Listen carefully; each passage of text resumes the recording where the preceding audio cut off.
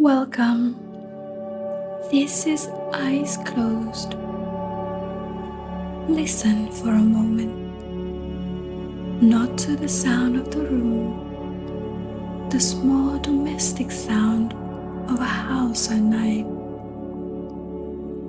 the distant traffic, the settling of walls and furniture. Listen past those. Somewhere in the world, right now, a river is moving. It has been moving all day. It was moving while you worked and ate and made your way through everything the day required. It will be moving while you sleep. It does not stop for the night. It does not need to rest. It simply moves, following the lowest available path, always downhill, always towards the sea, carrying its cargo of dissolved minerals and suspended sediment and fallen leaves and the particular code of the mountains where it began. Rivers are older than almost anything else you can name. The river system of the world were forming before the first fish swam in the ocean, before there were flowers, before there were trees. The movement of water down here is one of the oldest continuous processes on this planet, and it has been going on without interruptions for billions of years. And it is happening right now, while you lay here, while you breathe. Tonight, we are going to follow a river from the first drops of rain that fall on a mountain and begin to move, to the broad, slow, lower river that meets the sea. We are going to learn what water does to rock and what a river does to landscape, and what rivers have meant to the civilization that grew beside them, and what lives in the dark water that most of us never see. It is a long journey. A river's journey always is. Find your position, the one your body knows. Let your weight settle. Take one slow breath in through your nose and let it out. The river is already moving. You just have to listen. A river begins with a single drop, rain falling on a hillside, snow melting on a mountain in spring, a spring pushing up through limestone where an underground aquifer meets the surface. In each case, the beginning is small, a quantity of water finding the lowest point available and beginning to move. This is the essential nature of water. It has no preference for any direction except downwards. It has no destination in mind. It does not plan its routes or calculates its journey. It simply follows gravity, moment by moment, from wherever it is to wherever is lower. And in doing so, it finds paths that no other substance would find. It seeps into cracks too narrow for anything else. It flows around obstacles that would stop a solid object.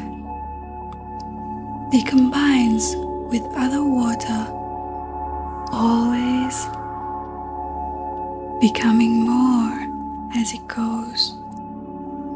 The trickle joining the stream, joining the river, building in volume and force as more water finds its way from the hillside into the channel. The very beginning of a river, the source, is often a quiet place, a spring emerging from rock in a small clear pool that overflows, a boggy hollow on a hillside where the ground is saturated and water whelps up between the grasses, a glacier melting at its toe, the meltwater running in braided channels across the glacial outwash plain below. These source places are often sacred in the cultures that live near them. The source of Ganges at Gandhari in the Himalayas, where the river emerges from beneath the glacier, is a place of Hindu pilgrimage, the site of a temple, the point from which the sacred river begins its journey to the sea, the source of the Thames in a quiet field in the Cotswolds, marked by a stone. Often dry in summer, is a place people visit with a particular reverence that attaches to beginnings. The source is where the river is most itself, before it had been dammed or diverted or polluted, before the towns have grown on its banks and the bridges have built across it. At the source, the river is still only what nature made it. Clear, cold, very small, and already moving. In its upper reaches, the headwaters, a river is young and energetic and impatient. The gradient is deep.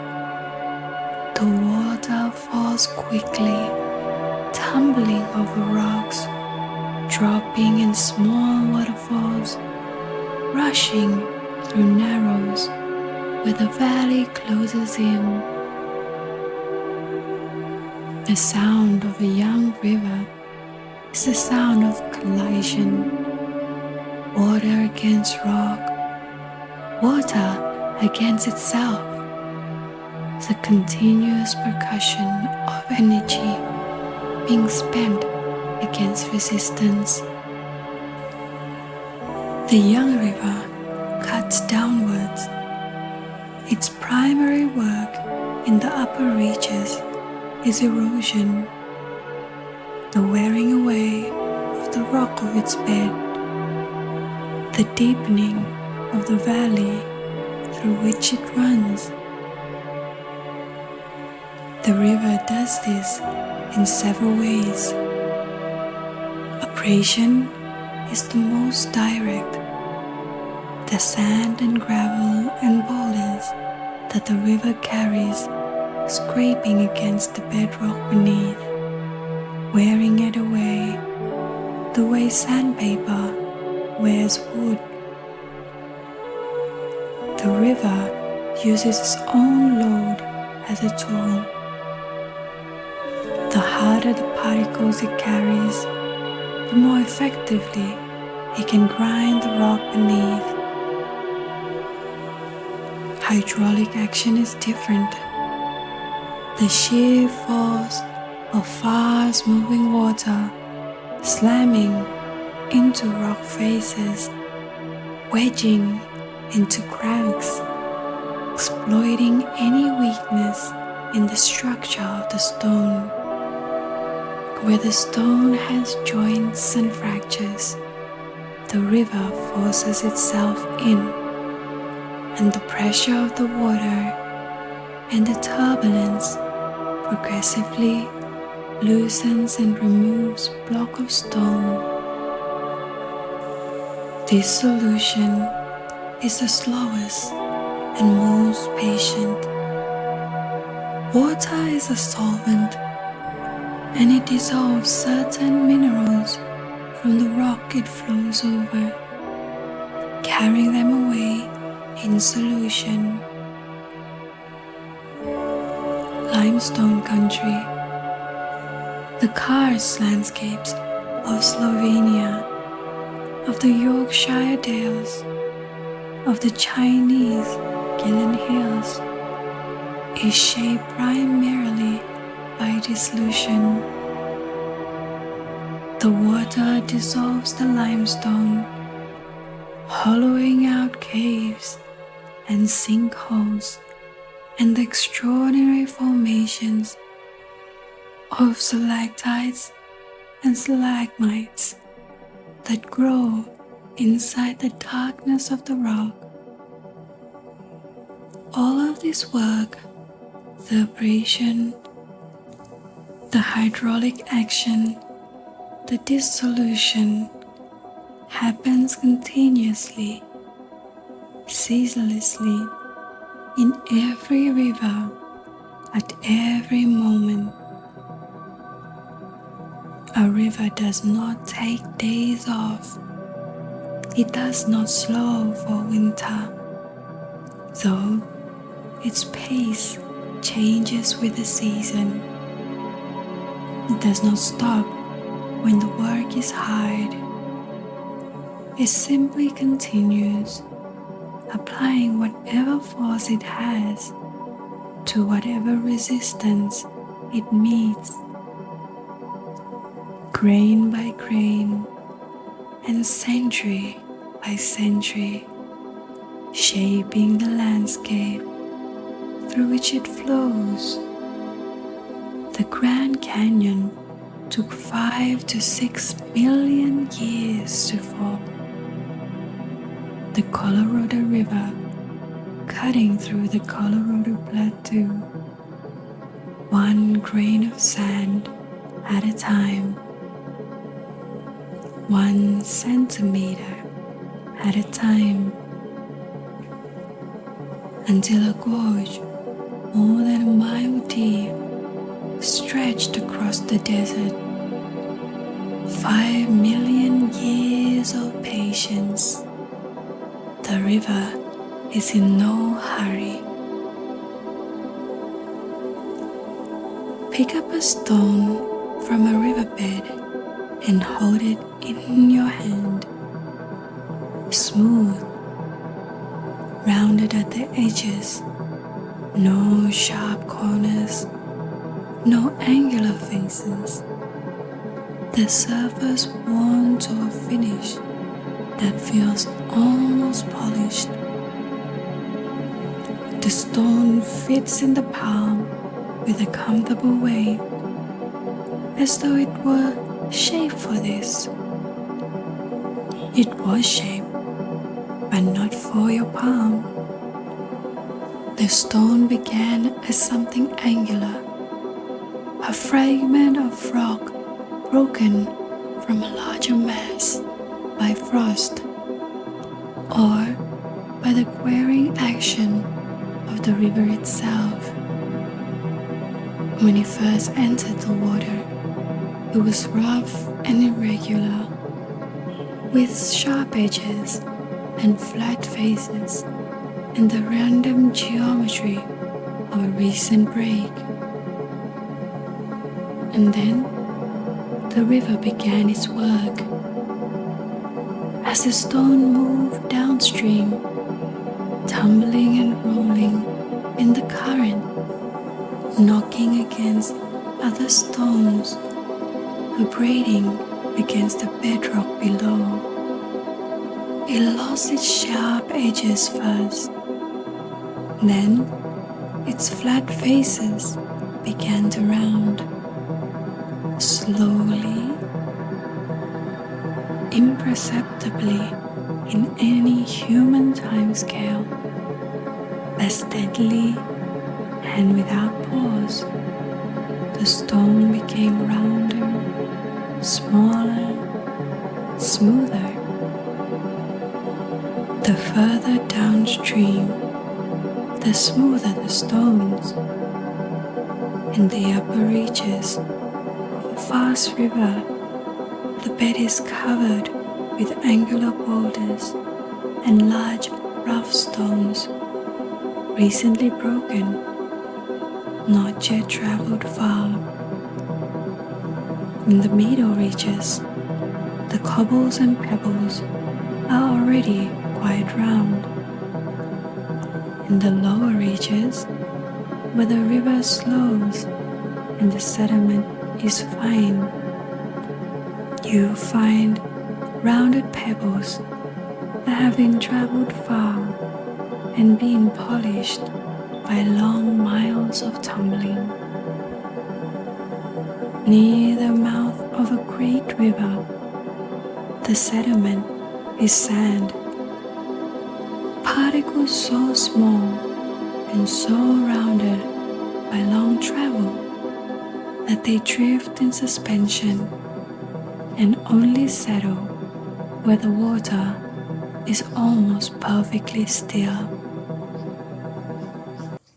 A smooth river stone in your hand has traveled. It has been worn. It carries the record of its journey in its smoothness. Every mile downstream, another fraction of its surface removed, another degree of rounding achieved. The stone in your hand is a traveler from somewhere higher, somewhere colder, somewhere further from the sea. The river brought it here, doing its slow and patient work all the way. Almost every ancient civilization grew beside a river. This is not coincidence. It is geography and biology, and the simple requirements of human life combining to produce an ever-stable pattern. A river provides water for drinking, for irrigation, for livestock. The river provides fertile soil. The annual floods that once covered the floodplains, depositing the rich sediment that makes river valley agriculture so productive. A river provides fish. A river provides a highway,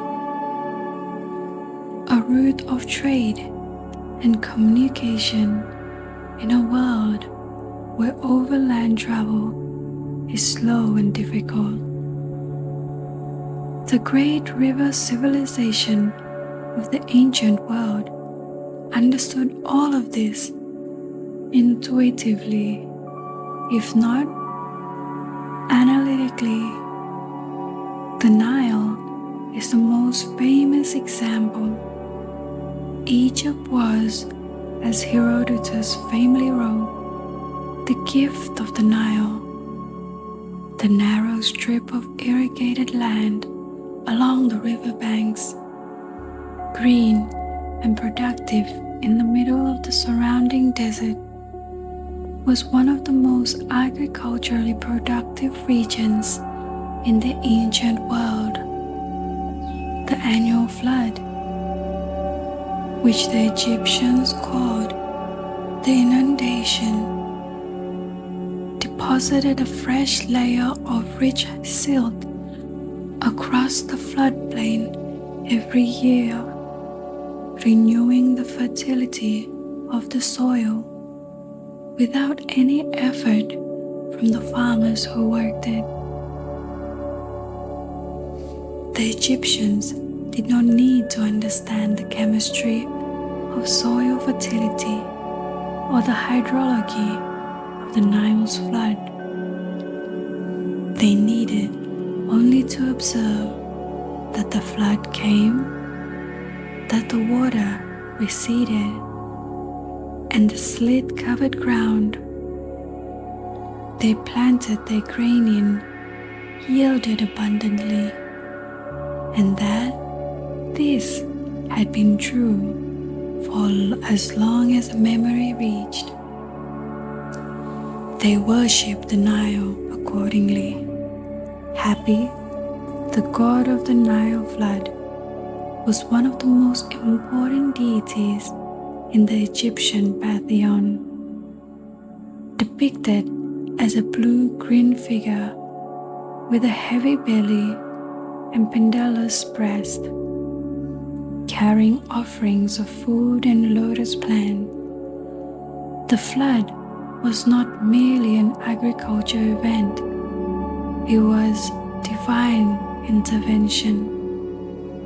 The god himself arriving each year to renew the land.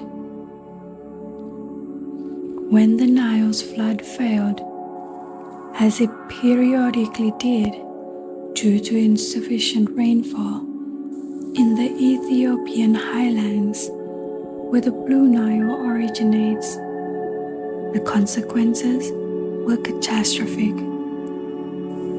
Crop failure, famine, political instability, the collapse of the social order that depended on agriculture surplus.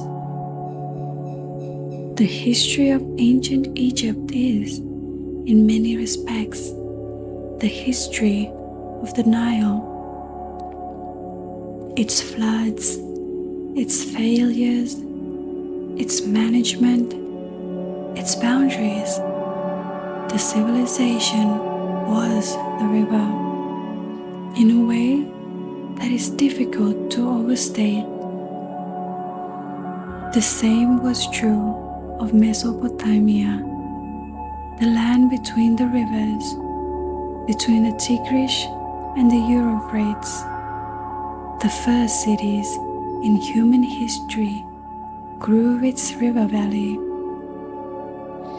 Uruk, Ur, Nippur, Babylon, each one on or near the rivers, each one depended on irrigation, agriculture, fed by channels dug from the rivers into the surrounding plain. The management of irrigation, the digging and maintaining of canals, the allocation of water between competing users, the governance of the water supply required organization and administration and law. The first writing systems developed in part to keep records of water rights and grain allocations. The first legal codes regulated the use of irrigation water. Civilization, in its oldest sense, grew from the need to manage the river. On a flat floodplain, a river does something strange and beautiful. It curves, not because of an obstacle, not because the rock beneath forces it one way or another. On a particular flat, perfectly uniform floodplain, a river will spontaneously develop curves, and those curves will grow and exaggerate, and eventually the river will be flowing in great looping bends that double backs on themselves. The river, covering miles of distance to move only a short distance downstream. This phenomenon, meandering, is one of the most studied and least fully explained things in the river science. What is known is that any slight irregularity in the flow of a straight river channel will cause the water to flow slightly faster on one side than the other. The faster flow on the outside of any curve erodes the bank there, cutting into it, undermining it, carrying the sediment away. The slower flow on the inside of the curve deposits sediment, building up a gently sloping bank of sand and gravel. A point bar that curves inward narrows the channel. These two processes, erosion on the outside, deposition on the inside, cause the curve to grow. A small curve becomes a larger curve, becomes a great sweeping loop. Eventually, the loop grows so large that the river almost doubles back on itself. The neck of the land between the incoming and outgoing arms of the loop becomes very narrow. In a flood, the river may cut straight across this neck, taking the shorter path and abandoning the old loop. The abandoned loop, now cut off from the main channel, is no longer flowing, becomes an oxbow lake, a curved crescent of still water, shaped exactly like the loop the river used to make, slowly sliding up over decades and centuries, becoming shallower, becoming marsh, becoming meadow.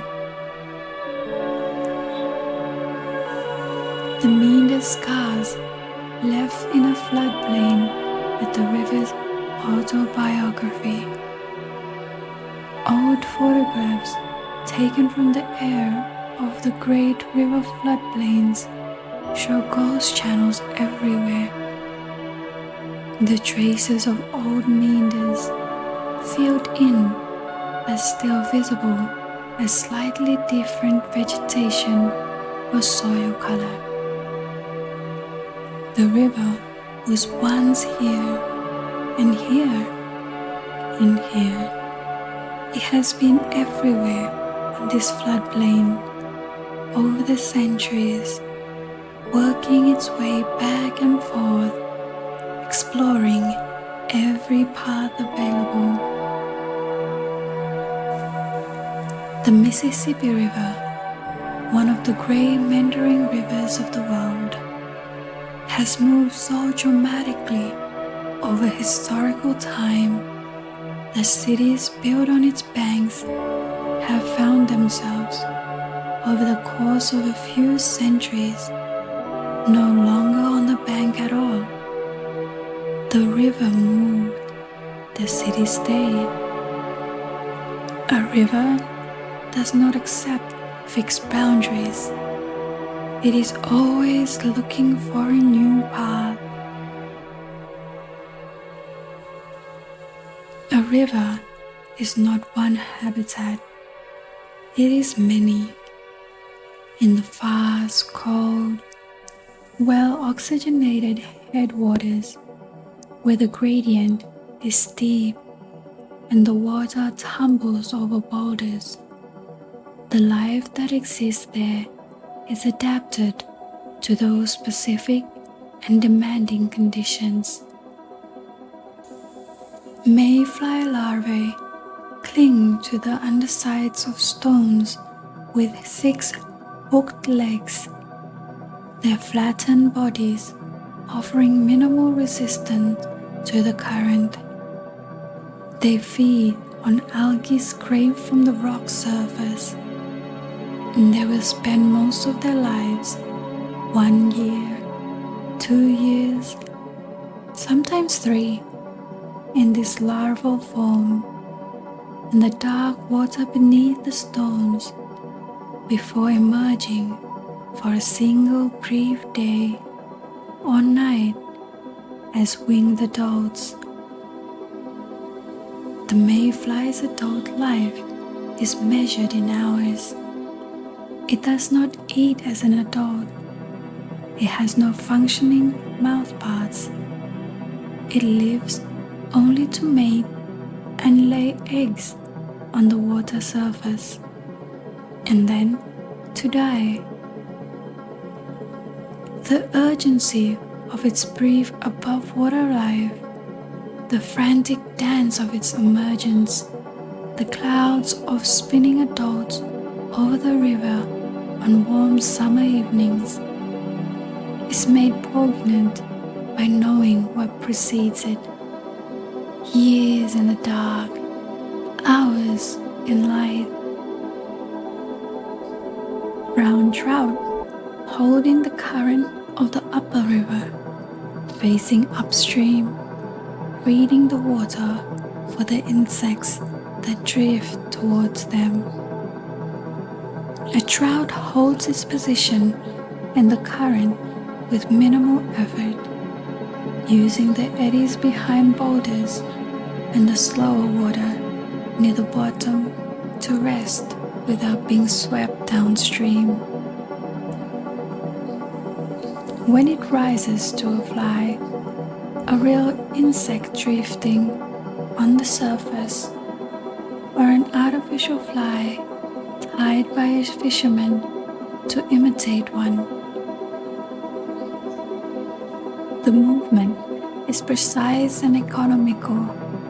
A brief acceleration, a sip at the surface, a return to the holding position.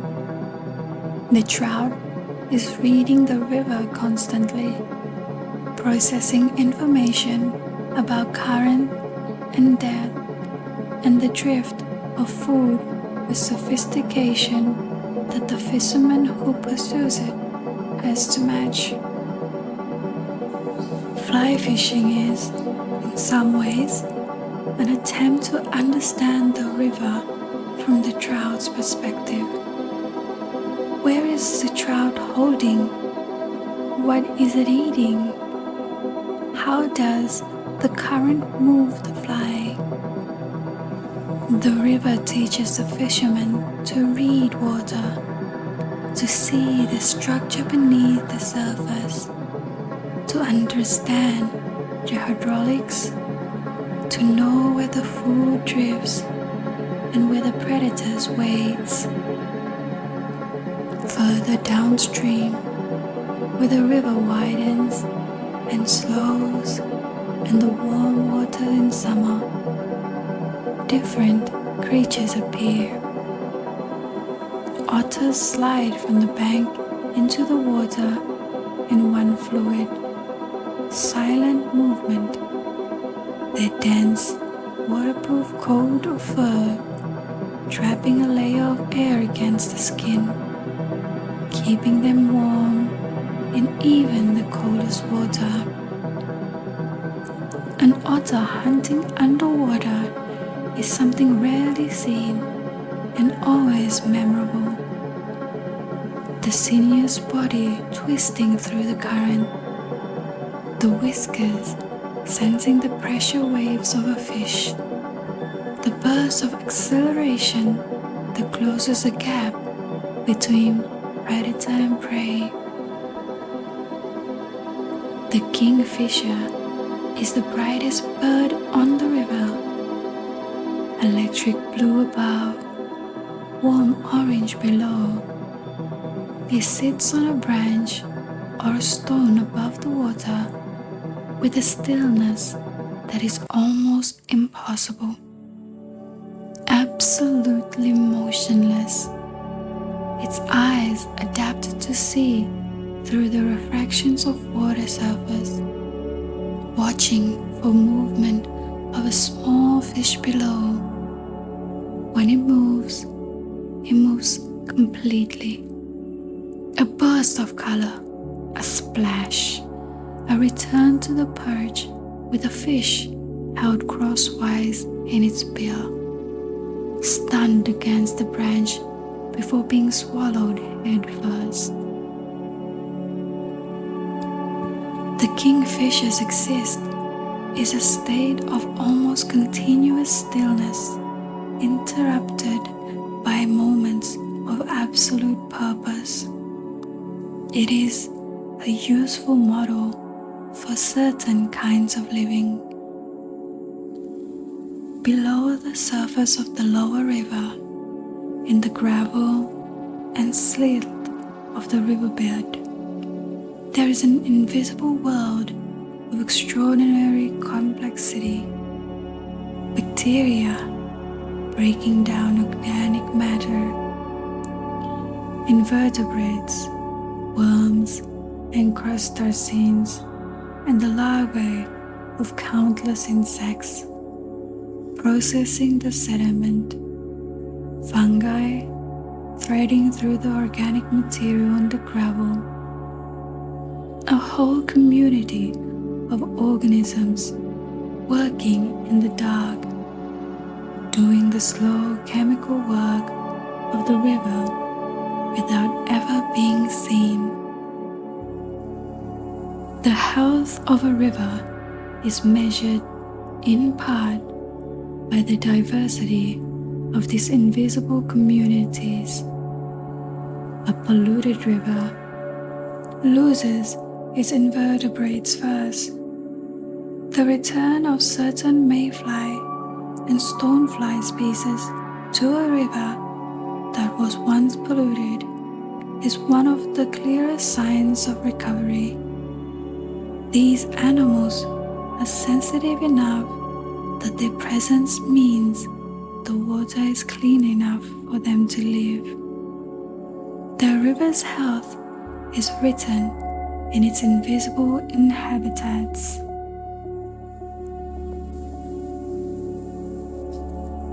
Almost every culture that has lived near a great river has made it sacred. This is not difficult to understand. The river gives water, the most fundamental thing that life requires. Without the river, there is no drinking water, no irrigation, no fish. A civilization that depends on a river for its survival will tend to regard that river as something more than a physical feature of the landscape. It will see in the river something that must be propitiated, honored, thanked. The Ganges, the Ganga, is sacred to Hindus throughout the world. In Hindu cosmology, the Ganga descended from the heavens to earth. The force of her descent broken by Shiva, who caught her in the locks of his hair so that she would not destroy the earth while she landed. She flows through his hair in 7 rivers, bringing life and purification to the land. To bathe in the Ganga is to be purified of sin. To drink its water is to be blessed. To die beside it and to have one's ashes scattered on it is to be released from the cycle of rebirth and attain moksha, liberation. At Varanasi, the ancient city of the river banks, one of the oldest continuously inhabited cities in the world, the Ghats descend to the water in broad stone steps.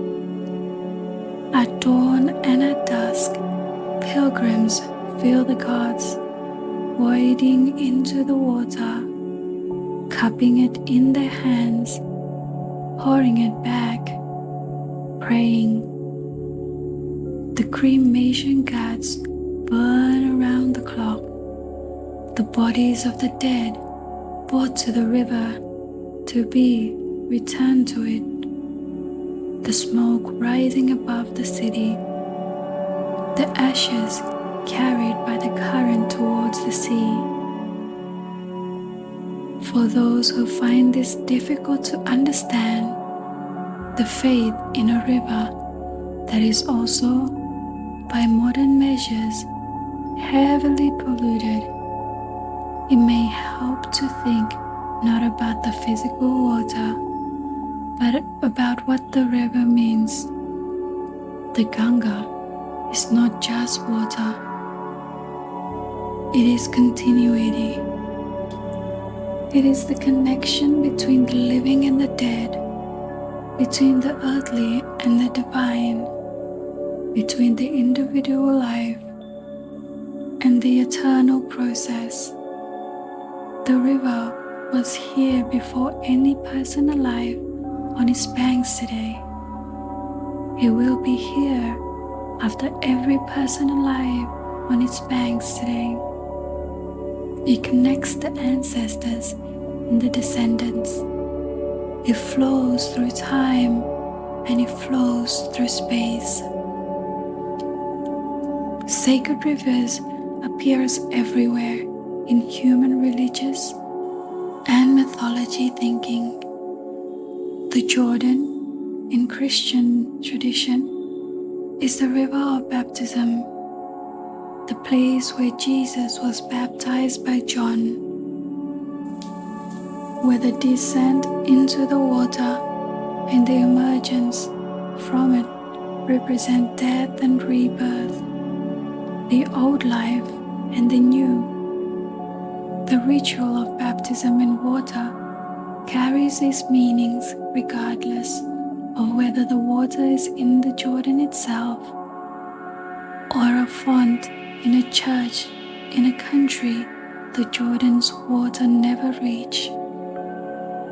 In Norse mythology, 11 rivers flow from the spring Vijalmir at the root of Yggdrasil, the world tree, rivers that filled the primordial void with eyes and from which all life eventually comes.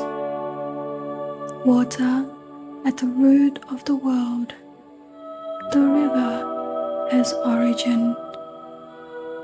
The Mekong, the Amazon, the Congo, the Nile, the Mississippi, each one the organizing principle of the landscapes and the cultures that grew beside it, each one carrying the weight of something that human beings give to the things on which they most depend.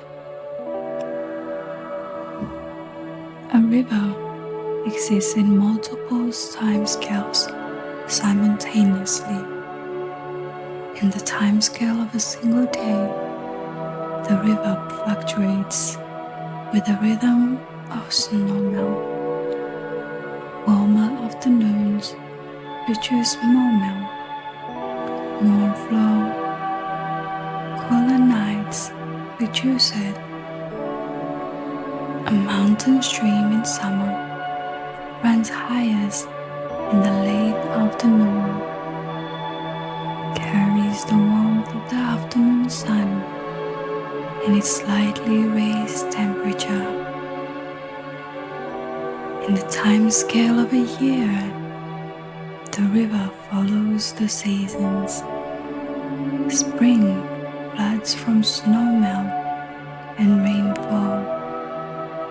Summer, low water in dry regions.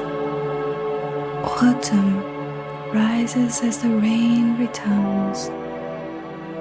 The life of the river, its fish, its invertebrates, its birds, it's organized around the annual cycle. Each species timed to spawn or hatch or migrate in the window that best suits its needs. The salmon is the most dramatic expressions of this seasonal rhythm. Born in the headwaters of a river, the salmon migrates to the sea as a juvenile, spending years in the ocean before returning, finding its home river by smell, navigating by magnetic field, to spawn in the same gravel bed where it was born. The upstream migration of salmon, fighting the current, leaping waterfalls, driving through shallow riffles, is one of the great spectacles of the natural world. Brown bears stand in the rivers of Alaska and Kamchatka at the height of the run, simply waiting for the salmon to come to them.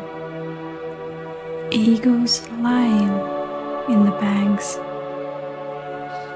The whole ecosystem of the river valley turns towards the salmon for a few intense weeks in autumn.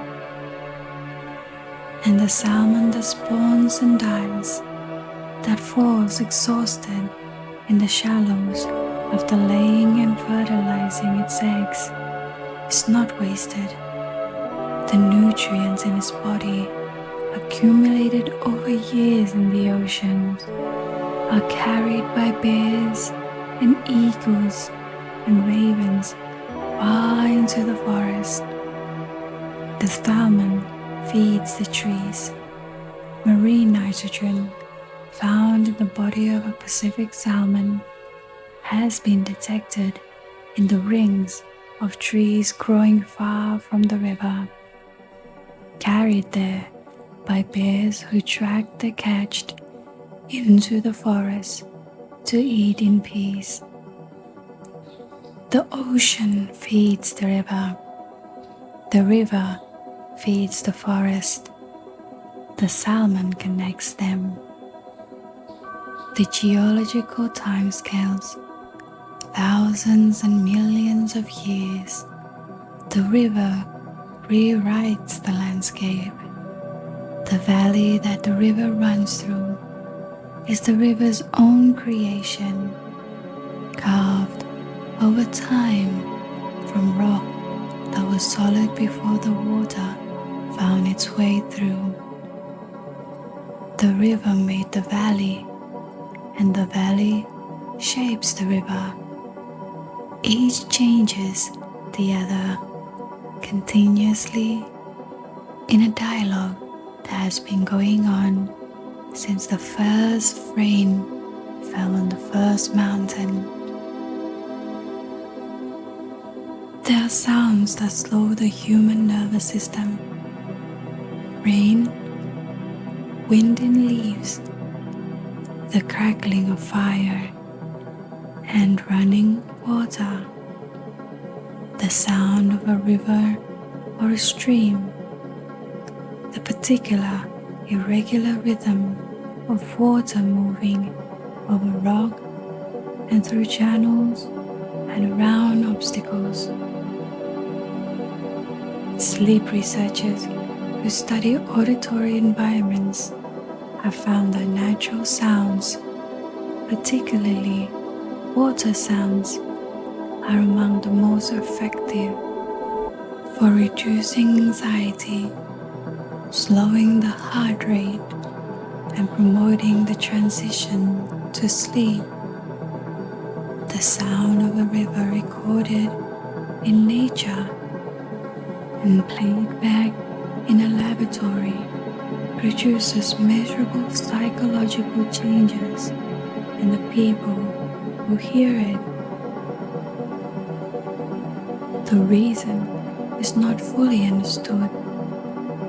One hypothesis involves a frequency characteristic of water sounds, a broad spectrum of frequencies, irregular in their timing, without the sharp peaks and sudden changes that signal threat or novelty to the alert nervous system. Water sounds is what researchers called non-threatening noise. The brain does not need to monitor it. It can be present without demanding attention. Another hypothesis is evolutionary.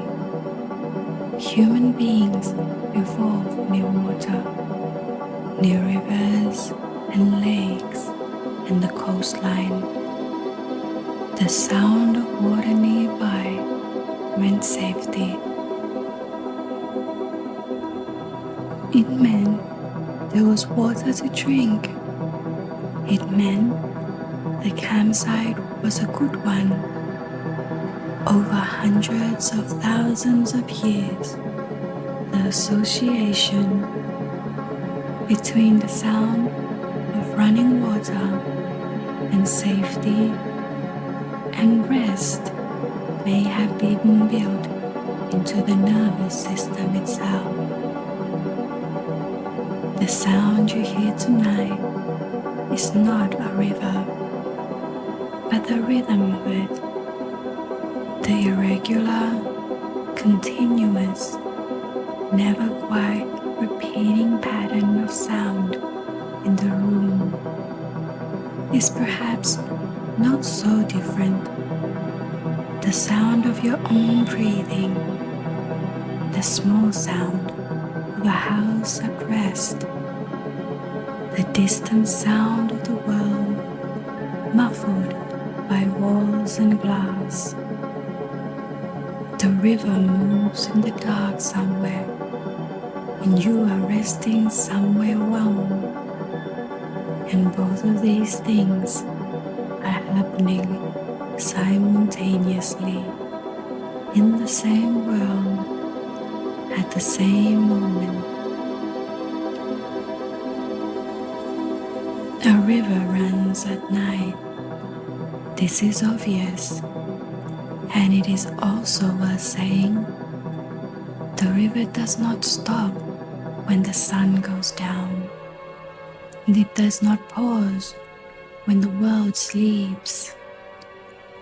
It continues moving in the dark at exactly the pace, the gradient, and the volume of water demand. The night river is different from the day river in small ways.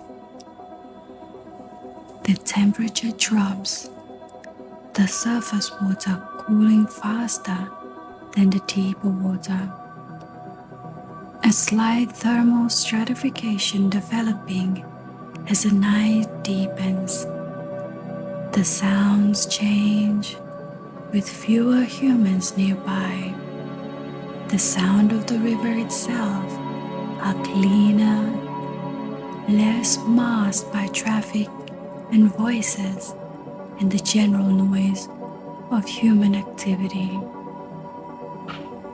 Animals that avoid the day use the river at night.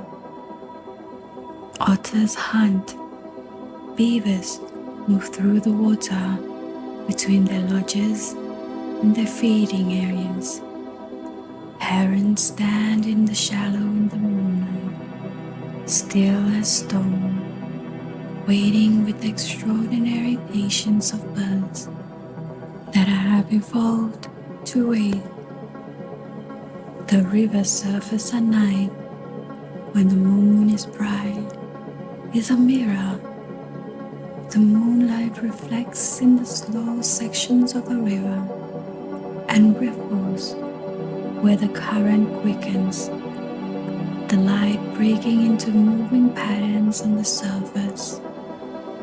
From a bridge over a river at night, looking down at the dark water moving beneath, the reflections of light from the bank, the occasional sound of something moving in the water. The river feels ancient in a way it does not always feel in daylight.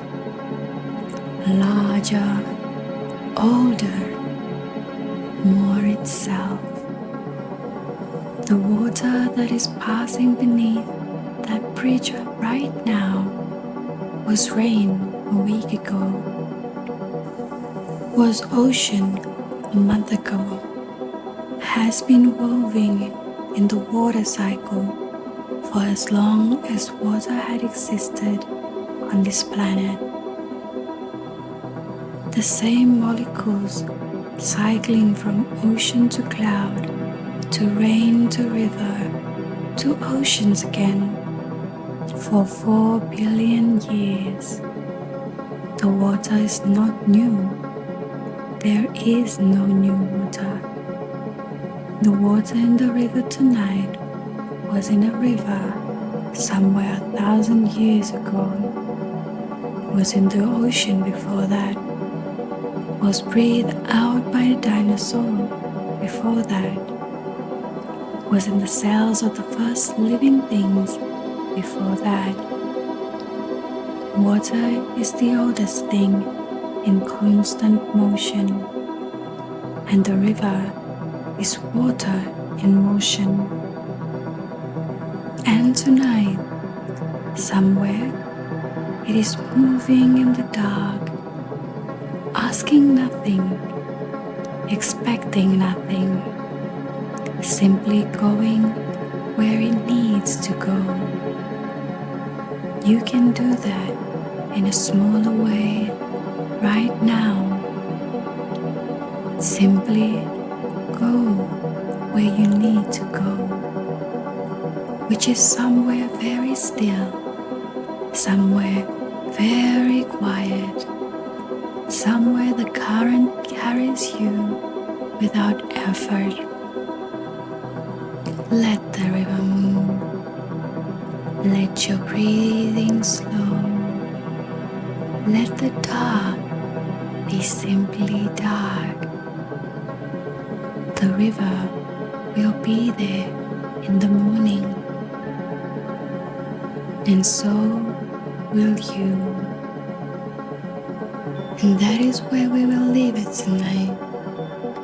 You came here to rest, and I hope that is exactly what you are doing right now, or close to it, somewhere in that warm, quiet place between knowing and not knowing. between the story and the sleep. That is the whole point of this. If you made it all the way to the end, or if you are only hearing this now, coming back from somewhere deeper, thank you for being here. It means something that you chose this for your night. There will be another story when you are ready for it. Until then, stay exactly where you are. Let your breathing do what it knows how to do, and sleep well. This is eyes closed. Good night.